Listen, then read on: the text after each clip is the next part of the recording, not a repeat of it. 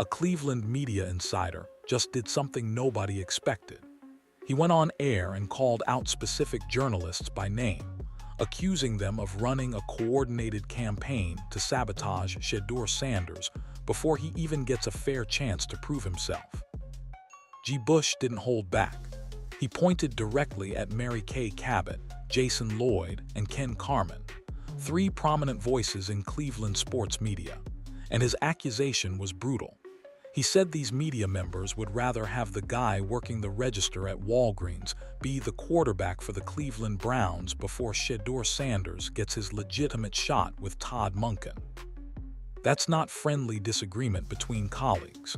That's a direct accusation of agenda-driven coverage designed to undermine a young quarterback before his career even takes off. But here's where it gets even more explosive. Just days after G. Bush made these claims, Andrew Barry sat down for an official Browns interview and dropped a comparison that should end every single quarterback debate happening in Cleveland right now. He compared Shedeur Sanders directly to Baker Mayfield in 2020, and the parallel he drew reveals exactly what the organization is planning, no matter what the local media wants fans to believe. Barry didn't speak in code. He didn't hint at possibilities. He laid it out clearly. In 2020, the Browns built their entire offensive strategy around supporting their young quarterback Baker Mayfield. Right now in 2026, they're doing the exact same thing with Shedeur Sanders. The question is simple.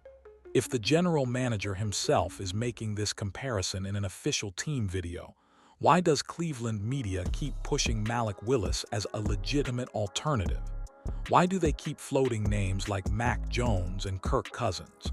Why manufacture controversy when the organization has already made their decision crystal clear?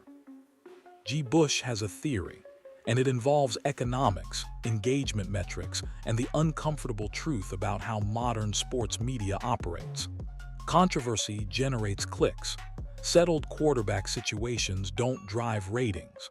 But manufactured uncertainty keeps fans arguing in comment sections and coming back for more content. What you're about to discover goes beyond typical sports debate. This is about exposing a pattern of coverage that contradicts every available fact. It's about understanding why certain voices keep pushing narratives that don't match organizational reality. And it's about the smoking gun comparison that proves Shedeur Sanders is the Browns' franchise quarterback, whether the media wants to accept it or not. The receipts are out, and the truth is finally getting exposed. Section 2. The Malik Willis Absurdity, 350 words. Let's start with the most ridiculous part of this whole manufactured controversy.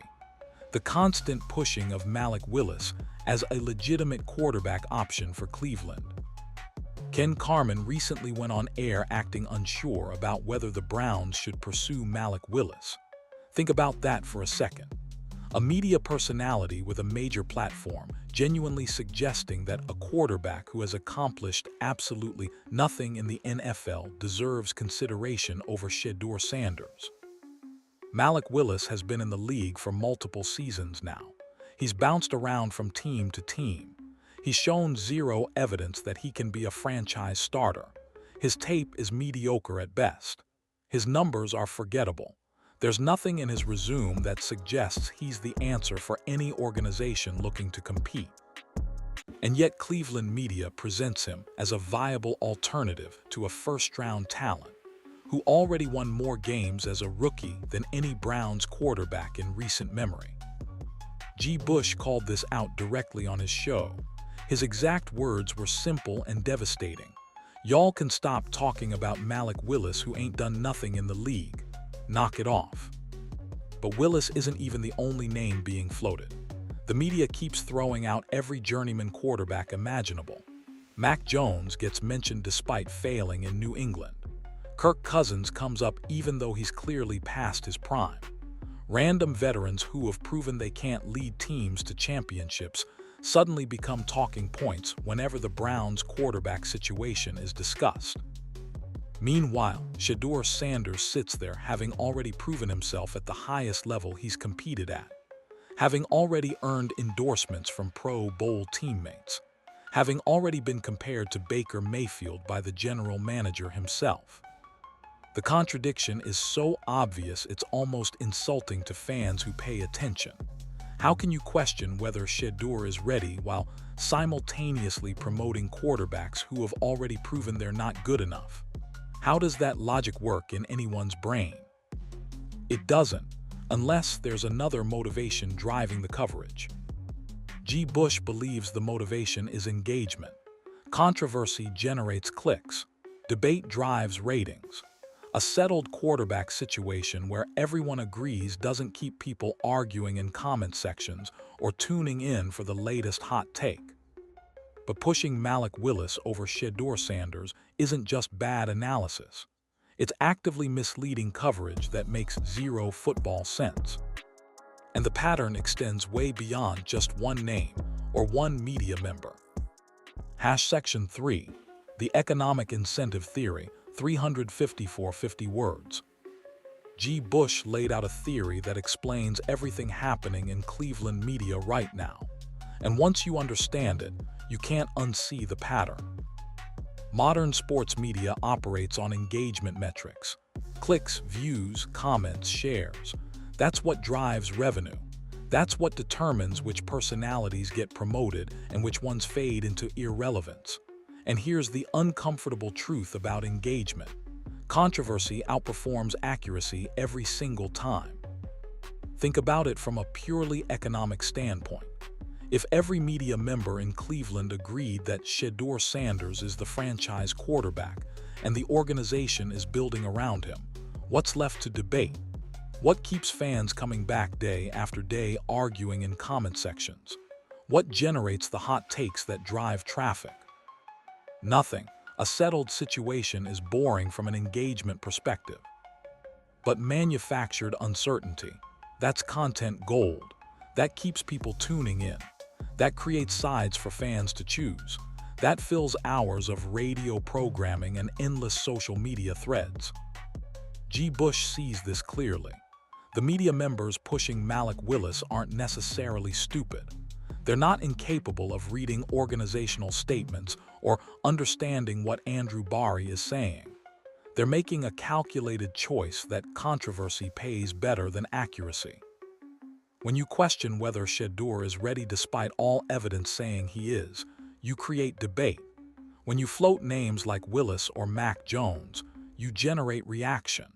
When you ignore player endorsements and front office statements, you maintain uncertainty that keeps audiences engaged.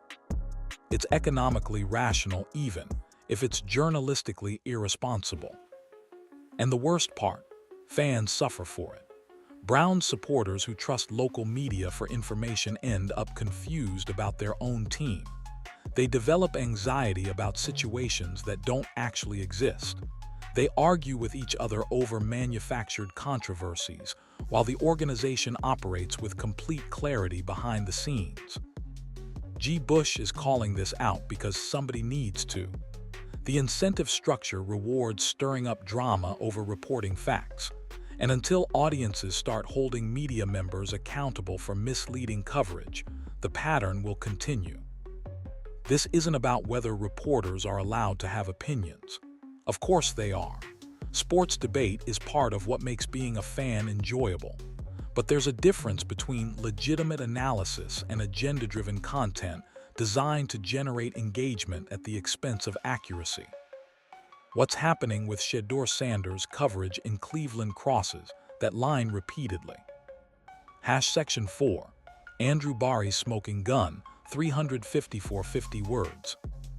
Now let's talk about the interview that should end every quarterback debate in Cleveland permanently. Because Andrew Barry didn't leave any room for interpretation. Barry sat down with Nathan Zegura for an official Browns interview, not some leaked comment or off-the-record conversation. This was an organizational video that the Browns themselves published and distributed to the public. Everything Barry said was intentional, approved, and meant to communicate the team's actual plans. And what he said was crystal clear. Barry talked about the 2020 draft and explained the Browns' philosophy when they had Baker Mayfield as their young quarterback. His exact words matter here. He said their whole goal in 2020 was to put weapons and infrastructure around their rookie quarterback Baker Mayfield. They wanted to make sure he was off to a successful start. Then Barry pivoted directly to the present situation. He said it's the exact same approach this year. The Browns know they have a great defense already, but the offensive side of the football was the main priority, and they didn't even have to spend time explaining that philosophy to coaches who came in to interview. Let that sink in for a moment. The general manager of the Cleveland Browns just compared Shedeur Sanders to Baker Mayfield in 2020. He said the organizational approach is identical. Build around the young quarterback offensively while the defense is already set. Now ask yourself a simple question. Who is the young quarterback Barry is referring to? Deshaun Watson is 30 years old. He's not young. He's not a development project. He's a veteran in his 30s whose best football is clearly behind him regardless of what his contract says. Shedeur Sanders is 22 years old. He's the young quarterback. He's the one Barry compared to Baker Mayfield. He's the one the entire offensive rebuild is designed to support.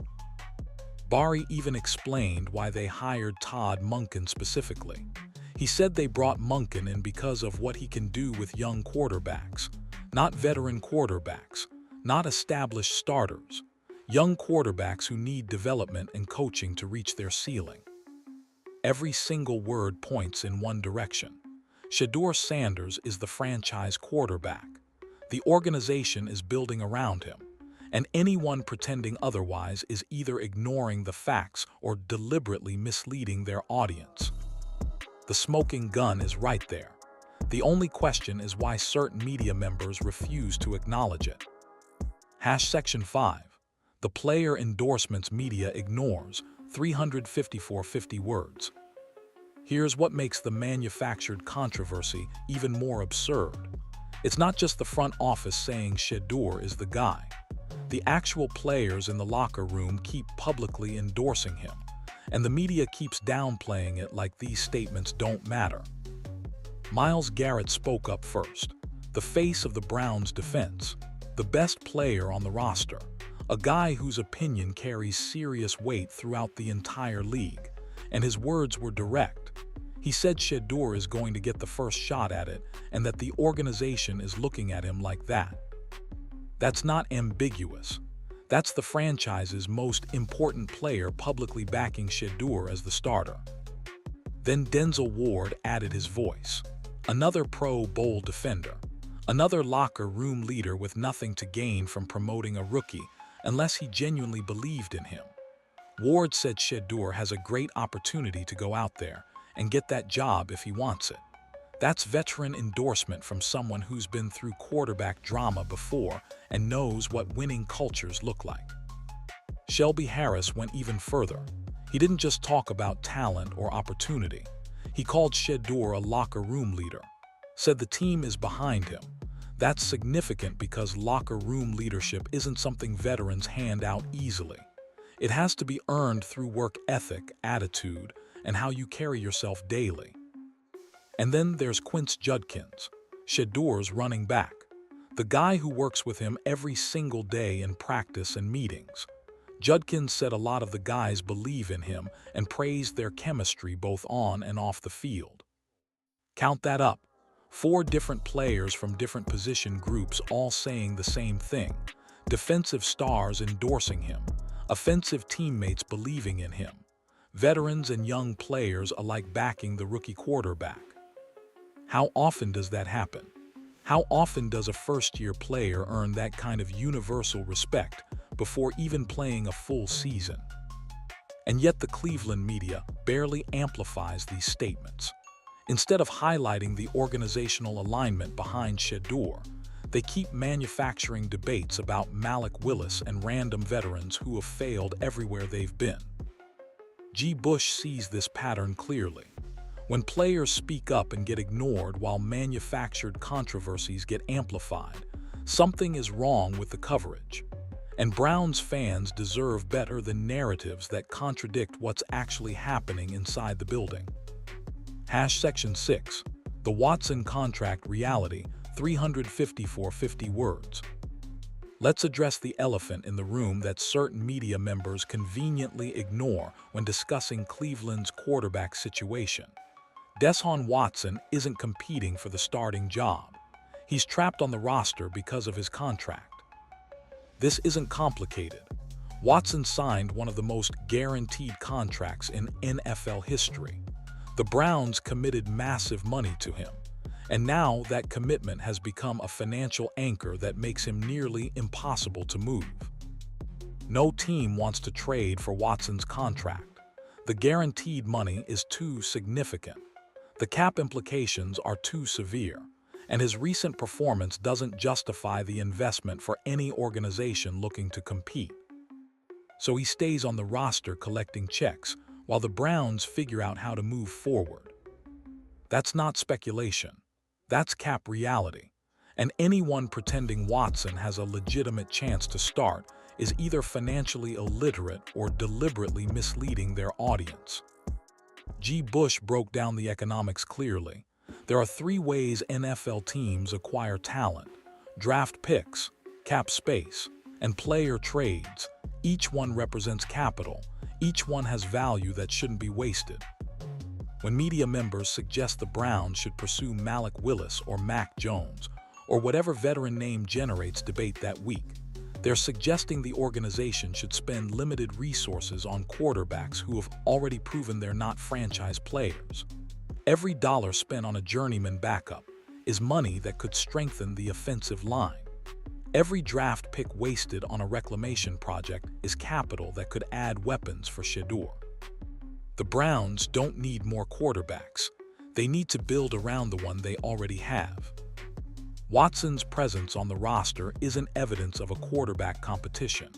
It's evidence of a financial mistake the organization is stuck managing. His guaranteed money makes him untradeable. His performance makes him unplayable as a franchise starter. So he exists in roster limbo while Shedeur takes the reins. Andrew Barry understands this. Todd Monken understands this. The players in the locker room understand this. The only people pretending there's genuine uncertainty are media members who benefit from keeping the controversy alive.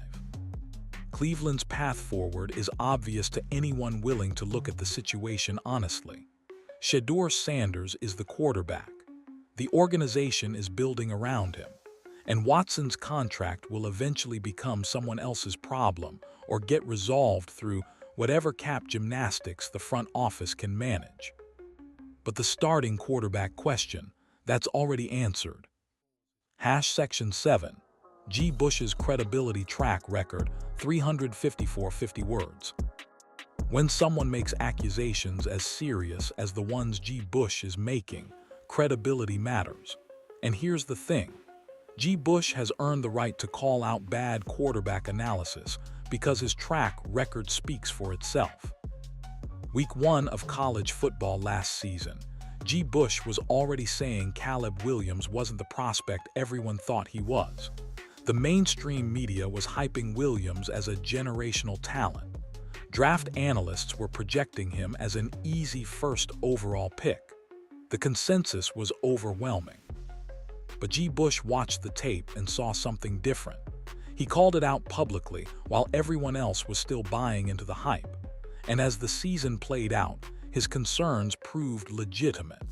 The cracks in the Williams narrative started showing exactly where G. Bush predicted they would. He did the same thing with Carson Beck. While media outlets were promoting Beck as a potential top pick, G. Bush was raising red flags about his game. The college season exposed those weaknesses for everyone to see. Another prediction that aged perfectly. Then there's Arch Manning. The name alone generates automatic hype. The Manning legacy creates expectations that most quarterbacks could never live up to. Media coverage treated him like a future Hall of Famer before he'd proven anything at the collegiate level. G. Bush wasn't impressed. He said the hype didn't match the tape. He questioned whether the coverage was about actual ability or just the famous last name. And once again, his skepticism proved more accurate than the mainstream narrative. 3 quarterbacks, 3 hyped prospects, 3 times G. Bush saw what others missed or refused to acknowledge. So when he looks at the Cleveland media situation and identifies a coordinated pattern against Shedeur Sanders, that assessment carries weight. This isn't some random fan with a podcast making wild accusations. This is someone who consistently evaluates quarterbacks more accurately than the mainstream voices he's criticizing. The contrast is brutal. G. Bush has been right repeatedly about quarterback evaluation. The same media members pushing Malik Willis over Shedeur have been wrong about prospect after prospect. And yet somehow their voices still dominate Cleveland sports coverage while accurate analysis gets dismissed. That credibility gap matters.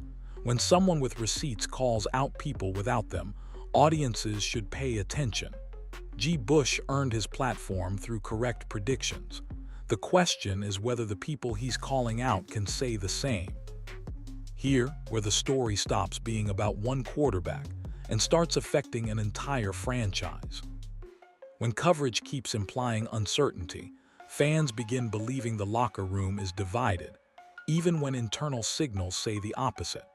The result is a strange reality where the public perception of the Cleveland Browns looks unstable despite leadership sounding decisive. That gap matters. National outlets often echo local narratives, so repeated doubt can snowball into league-wide skepticism about direction. Free agents notice that. Players don't just study rosters, they study environments. If headlines suggest chaos, veterans hesitate. If messaging shows clarity, talent feels safer committing long-term. So even if the organization already chose its path with Shedeur Sanders, the ongoing debate reshapes how outsiders evaluate Cleveland. In other words, the controversy doesn't stay online. It quietly changes reputation. And reputation influences everything from recruiting to expectations before a single snap is played. At the center of it all sits one statement from Andrew Berry, the comparison that effectively clarified the plan. Not speculation, not interpretation, but direction. So the debate now becomes simple. Is the conversation reflecting reality or prolonging engagement? Because if the organization has already committed, the ongoing argument isn't analysis, it's noise. And the longer that noise lasts, the more it shapes how fans emotionally react to a season that may already have a defined purpose. The real takeaway isn't just about a starting quarterback. It's about whether coverage follows facts or the reaction to them.